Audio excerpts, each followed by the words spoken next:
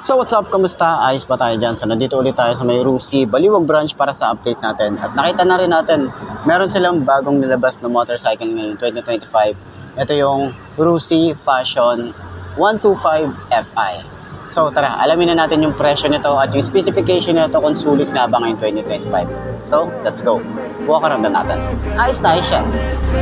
Be ready to fight and be ready to kill. You cannot stop me, I'ma make it to the top spicy. Call a covenant, not cocky. You cannot break me, this world's mine for the taking. Got an itch, man, I'm making. I'll keep my head down and grind and be patient. I'll take a stab at the top and the ceiling. They can all try, but you cannot contain it. Cause I see the things that I want and I take on my goal. Push myself to the brink, no limit. Do what it takes to be free, committed. I'm a little obsessed with things, I'll admit it. But that's what it takes to get a freedom ticket. Got a killer instinct and it's just the beginning. Breaking down walls and the hurt start thinning. And the more you push it, the fast start trimming. Till you're the only one standing up straight, winning all. No, we never sit still. It's time to stand up, time to take the red pill. To make this our world, gonna die on this hill. Be ready to fight and be ready to kill. We never give up, no, we never sit still. It's time to stand up, time to take the red pill. To make this our world, gonna die on this hill. Be ready to fight and be ready to kill.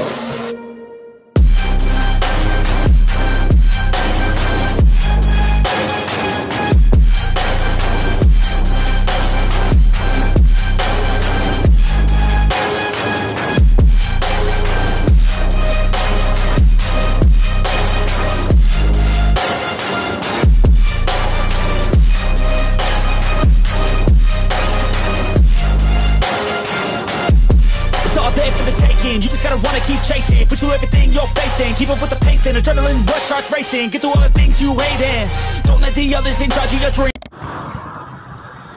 So yun nga ngayong 2025, nakita na rin natin itong bago nilang unit na nilabas na Rusi Fashion 125 Fi na kulay blue. Ang ganda ng lining niya, ang ganda ng colorway. Meron siyang kulay blue, meron siyang kulay orange dito, may sport dito sa side, may Rusi, and then may lining na kulay orange and orange din dito. Tapos yung emblem niya na Fashion, yun pa rin naman. Okay, so upuan na natin kung ano nga ba yung mararamdaman natin, ang mapifeel natin dito, and kung parehas pa rin nga ba siya nung sa 125 na carb type. So ano nga ba yung mga binago nila rito. Tara, upuan na natin, side stand muna natin. So 5'2" yung ating height, you know. Yan ang itsura niya kapag naka side stand. Medyo napansin natin dito, maliit lang yung kanyang side stand na yung paa niya, diba, yung sumusupport dito. Pero magaan naman yung motor, kaya siguro okay na din yan. So dito naman sa unang upo ngayong 2025 para sa Fashion. So gaya nga nung post ko dati, or gaya nga na sinabi ko dati sa vlog, nung nakita ko tong Fashion na to, kasi itong Fashion na to, ang daming version din na lumabas na ito. Mula nung nabago yung headlight niya, na dati yung bumblebee, yung itsura. Diba, alam mo naman yung history ng Fashion kung talagang legit ka na nanonood sa atin. Medyo nag-evolve kasi siya. Tapos sabi nga natin sa isang vlog natin, isa na magkaroon siya ng Fi. So ngayong 2025, tinupad naman ni Rusi yung sinabi natin na magkaroon ng Fi. Sige po, okay na. So yun nga, ganito yung itsura natin kapag sinakyan natin. So 5'2" yung ating height. Pwede to sa mga beginner na gustong magkamotor, mapababae, lalaki, pwede ang isang to. So magaan kasi siya, so talagang very friendly ang motorcycle na to. And simple siya pero maporma kung titingnan mo talaga or iikutan mo talaga siya. So meron tayo ditong maluwag na gulay board, yung itsura natin kapag nagra-rides. So medyo nandito na tayo sa may bandang gitna.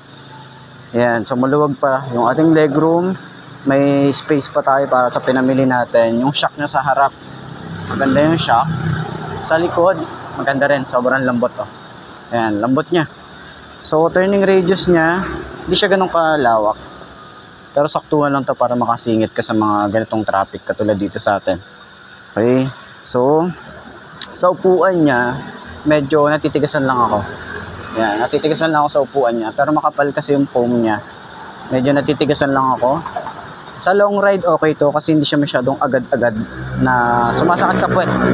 Yun yung kagandahan dito. So kung speaking of long ride, kung pwede ba siya i-long ride sa 125cc, pwede ang isang to. Hindi man siya ganun ka bilis or hindi ka naman nakikipagkarera sa daan. may enjoy mo yung mga view gamit tong motorcycle na to, kasi hindi man siya ganun kabilis katulad ng iba na motorcycle na 125, pero enjoy naman siyang gamitan, di ba? So para dun sa mga nakagamit na ng Passion 125, comment nyo naman yun kung ano yung naging experience nyo. Lalo na ngayon, mas pinatipid na siya dahil 125cc nga to, mas matipid na ngayon. So sa gas consumption, dahil nga medyo mataas na naman yung ating gasolina, ayan, 125cc, all goods. Naka-air-cooled lang din ang isang to, hindi siya masyadong, yung maintenance natin, medyo low maintenance ang isang to.